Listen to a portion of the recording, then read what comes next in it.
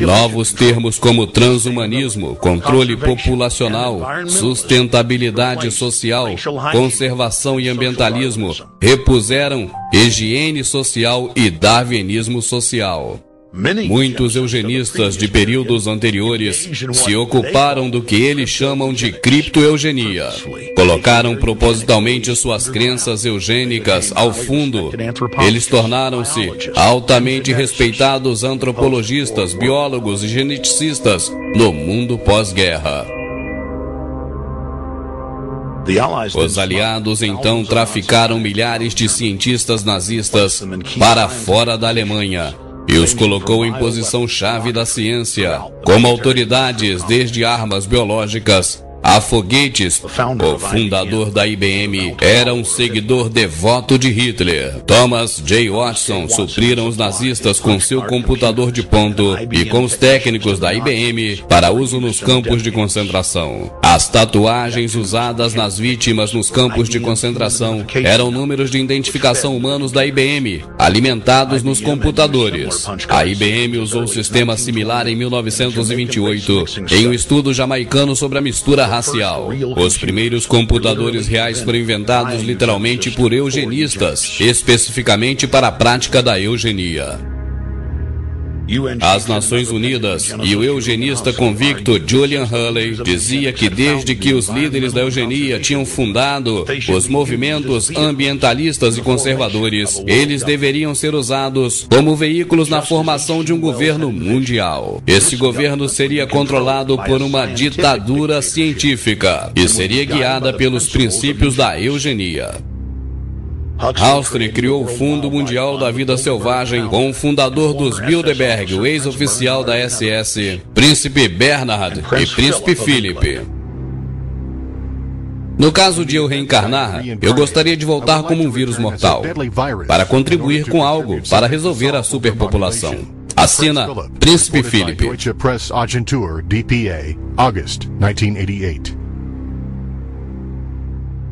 Aldous Huxley, autor de Admirável Mundo Novo, fez um discurso em Berkeley em 1962, pouco antes da sua morte. Ele admitiu que seu livro, escrito em 1932, foi baseado não em ficção, mas o que estava nos planos da elite global.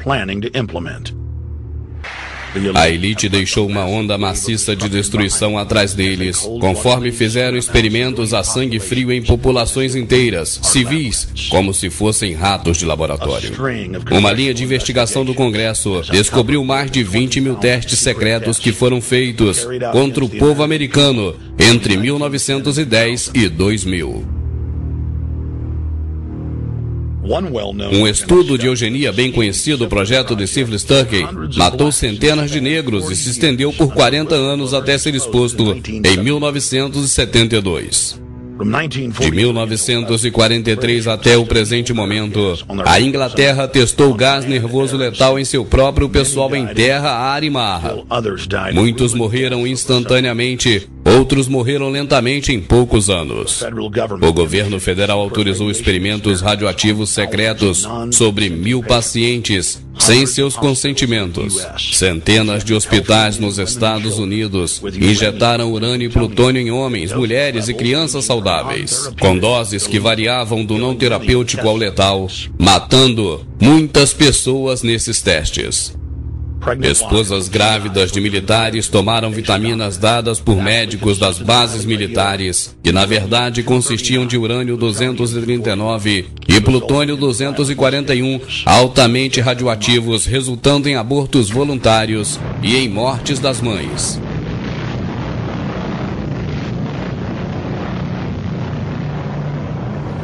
Soldados, marinheiros e mariners foram usados como os porcos de Guiné em mais de 100 testes de bombas atômicas e de hidrogênio. Americanos patriotas foram atingidos com radiação lado a lado com animais de laboratório.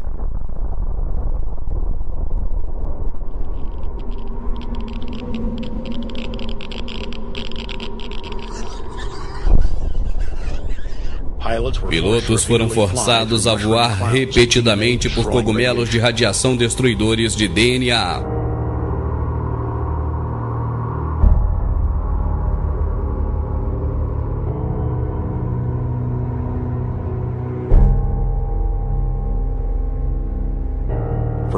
De 1951 a 1961, o Exército dos Estados Unidos pagou ao Ministério da Saúde de Israel 3 bilhões de libras para conduzir testes radioativos em crianças sefárdicas que migraram para Israel.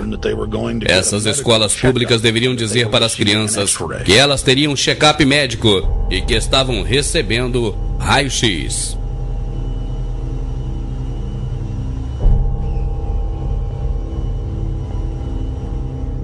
O Pentágono já emitiu radiação em mais de 4 mil crianças institucionalizadas nos Estados Unidos. Muitas delas faleceram. Mais de 110 mil dos judeus de pele escura tiveram 35 mil vezes a dose máxima de raio-x na cabeça, repetidamente. Muitas das crianças morreram em alguns meses. Todas elas perderam seus cabelos. Algumas ainda vivem e enfrentam problemas de saúde cruciantes. Testes secretos de agentes químicos, biológicos e radioativos continuam hoje pelo mundo sem a ciência da população. De 1940 a 1979, a grande maioria da população britânica foi pulverizada por aeronaves, mais de 2.000 vezes com químicas mortais e micro-organismos, sem nunca serem avisados. Em 1968, o Pentágono testou uma arma biológica mortal nos subterrâneos de Nova York. Colocou equipes em hospitais locais para monitorar os efeitos. Esterilização agressiva de homens e mulheres continuaram em muitos estados e, atualmente, os Estados Unidos e Inglaterra estão testando pesticidas e drogas experimentais em dezenas de milhares de órfãos saudáveis. Muitos deles morreram como resultado dos experimentos. Prisões por toda a nação forçam os internos a participar de experimentos estranhos, indo desde estudo de pesticida a adesivos de dioxina colados em suas costas.